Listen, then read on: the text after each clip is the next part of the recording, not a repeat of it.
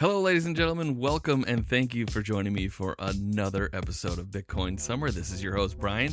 Today, we're going to be doing a New Year's Eve special, and I'm going to be going through all of the things that happen throughout this crazy year. Smash that like button, hit subscribe, and buckle in. Here we go.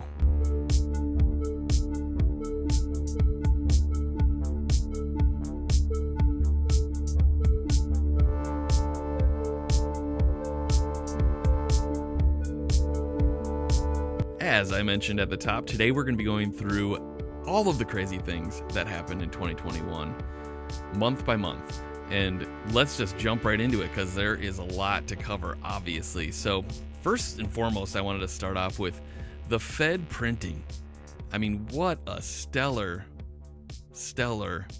positive for the Bitcoin market. Now, they were doing what they call a reverse repo program, which beyond the scope of this episode, but what the Fed was doing was printing and buying their own treasuries and some other assets like mortgage-backed securities at $120 billion a month clip. So each of these months, except for November and December, the Fed had printed $120 billion. And that is not even including any of the legislation that was passed this year for increased government spending. So that entails printing as well to add to that pile. Went down to 105 billion in November and December, 105 billion, and then they're going to ramp that up and start increasing the tapering. And they're thinking by around April it'll be down to $0.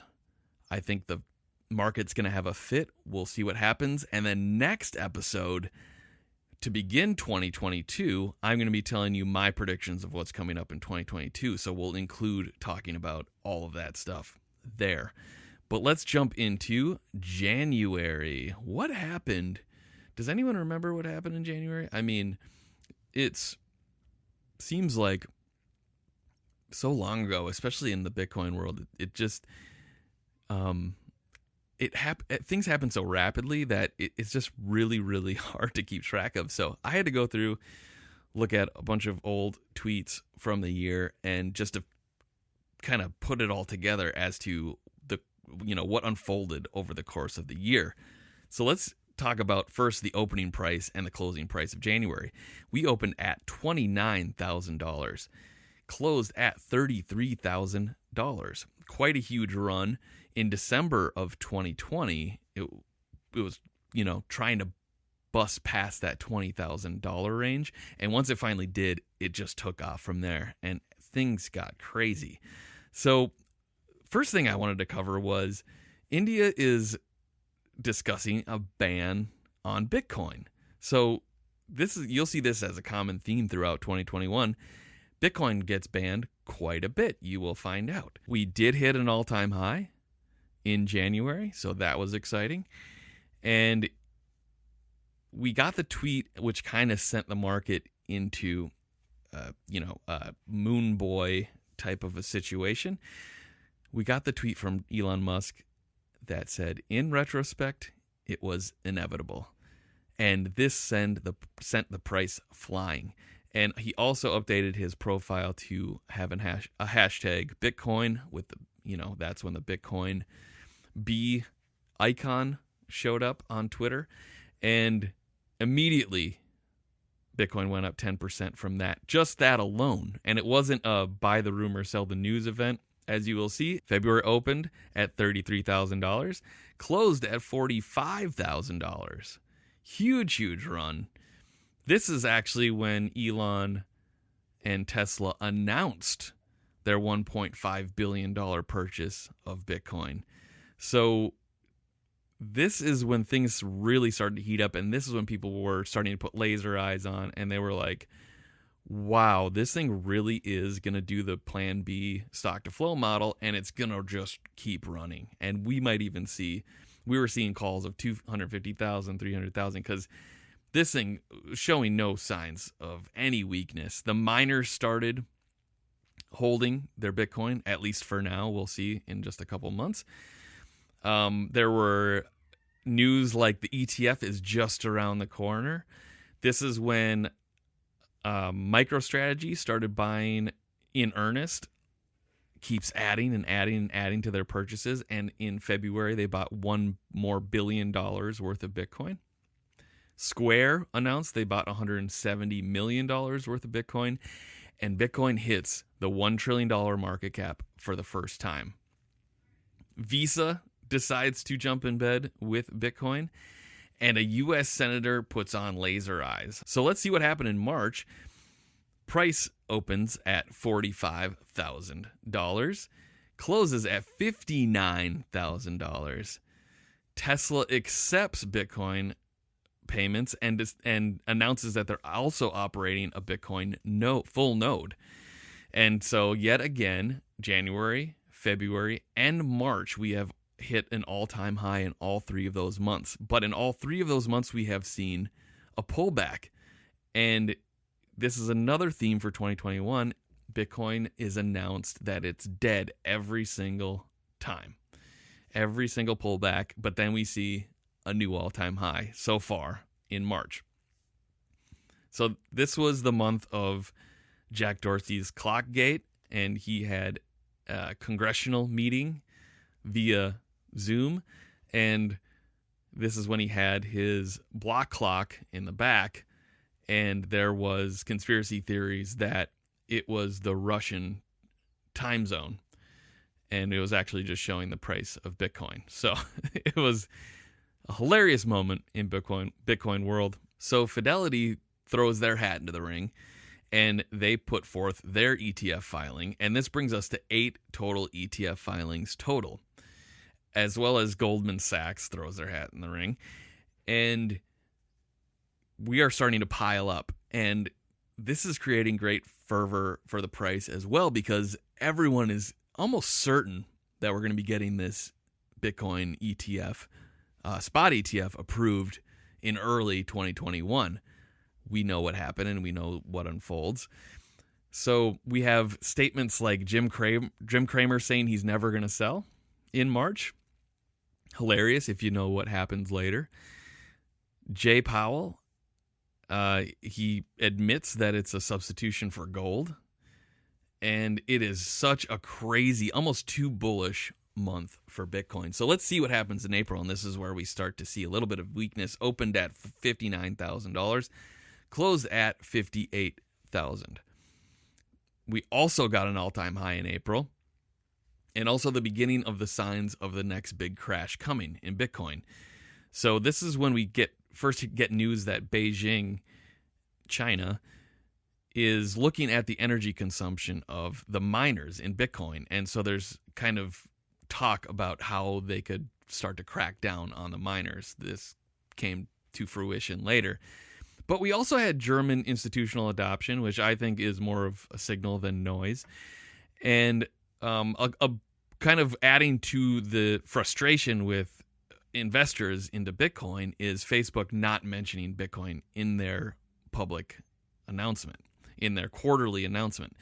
And instead of that, a bunch of smaller companies like Japanese companies, this software company here, deciding that they're going to jump on board of Bitcoin. But we're seeing now, this is a common theme also in 2021, is we see average Joes and average companies being able to jump into Bitcoin and getting quite substantial proportion,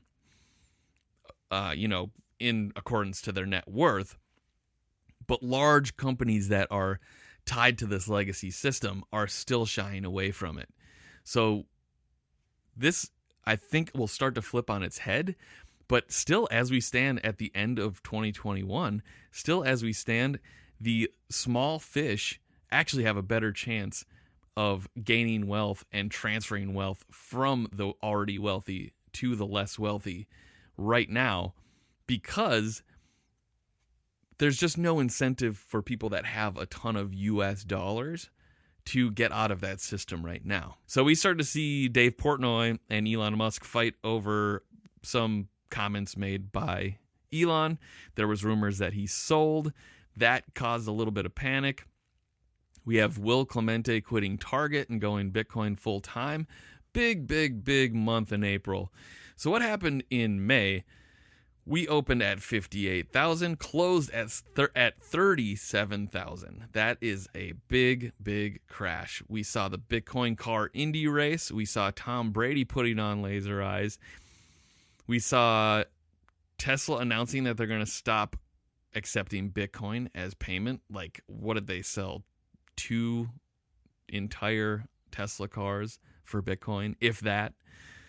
So a huge FUD tweet put out by Elon talking about the negative impact on the climate from Bitcoin mining. Complete old argument that has been debunked time and again.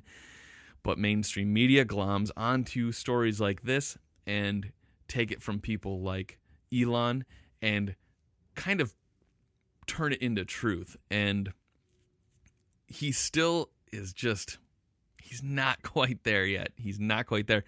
But he doesn't sell his Bitcoin. He obviously still believes in it as a store of value, especially as opposed to holding on to bonds. And he has talked about that at great length, but still talks about how Doge is the best coin, still, in December of 2021. So just a disconnect of his actions and his words. So we just saw a huge mountain of FUD come through in May. We got Elon, we got China, we got Bill Maher coming out against Bitcoin. We got every single thing. We just have a mountain of FUD coming out in May. It seemed like a coordinated effort towards bringing down Bitcoin.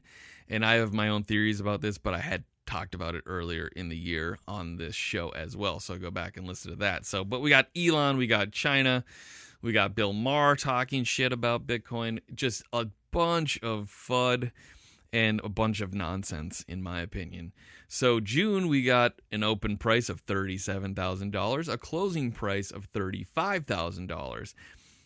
Now we saw in earnest the great miner migration. So all of these miners moving out of China, mainly coming to the United States. Some went to Kazakhstan, but mainly United States benefited from this horrible decision by China to ban mining.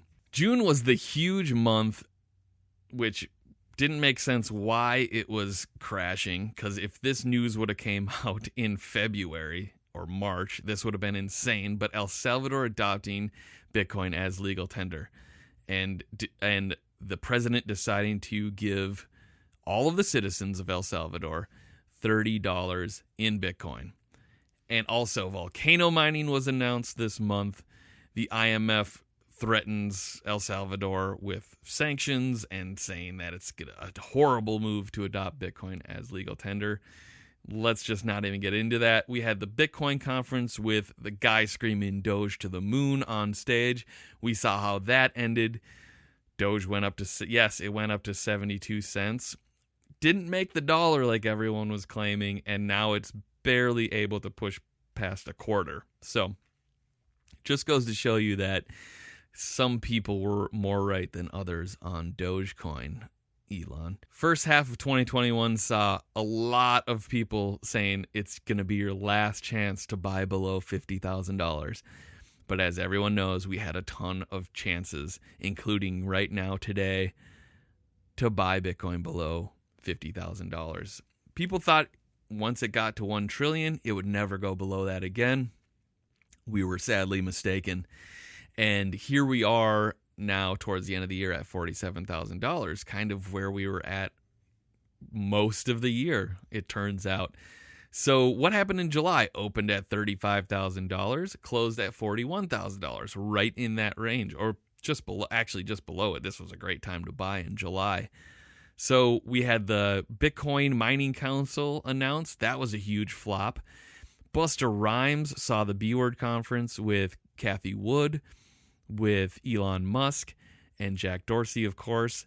And once he saw that, he decided to adopt Bitcoin into his own portfolio. So we have an announcement from Jack Dorsey of a new Square company, a Bitcoin-centric company, and that actually came to fruition. We learned the name of it in either November or December, towards the end of the year here. And so now Square is called Block. Don't love the name, but I love what he's doing, and he's been on absolute fire lately, and it's been fun to watch him stir the pot a little bit. So we had kind of some hope and some promise during the middle of the summer of other countries perhaps adopting Bitcoin as legal tender. Maybe some other Latin American countries. We're talking about Paraguay. We're talking about perhaps Brazil has been talking about it. We had Tonga in the Pacific.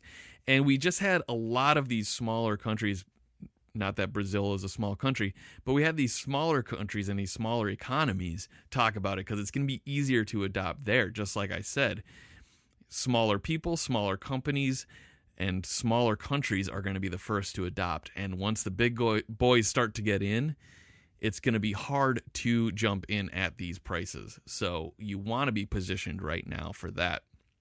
What did we see in August? We saw an open price of $41,000. We saw a closing price of $47,000. Google lifts their ban on Bitcoin ads. Blockstream raises almost $250 million for their Bitcoin mining effort, and also possibly going to be billing ASIC miners. That would be a cool thing to decentralize that away from the East and bring it more into Western countries so we're not completely reliant on China making and delivering our Bitcoin miners. So another announcement of Substack adding Lightning payments to their payment system. This is an amazing Lightning adoption. We had a lot of end of year or towards the end of year Lightning adoption, and that excites me obviously because we are a Lightning heavy show here. So what are we talking about? In September, opened at 47,000, closed at 44,000. China bans Bitcoin yet again. Will Clemente buys his first car. Missouri mayor wants to pay his residents $1,000 in Bitcoin. And Twitter adopts Lightning payments. Huge, huge stuff for Bitcoin. But we saw the price drop over the course of the month for $3,000. October, what did October bring for Bitcoin? We had an open price of $44,000 and a close of $61,000. It truly was October. India decides not to ban Bitcoin. And actually, China was in talks to perhaps unban Bitcoin mining and unban Bitcoin, but I think they're looking more for a 2022 to perhaps announce that. We'll see. They don't know what to do. They are very confused right now. So Bukele buys, I think this was his first dip, 420 total Bitcoin, which is obviously a troll, and he bought the dip. And he did this throughout the course of the year, too, on every drop. Basically, you'll see a tweet come out from him that says that El Salvador is stacking.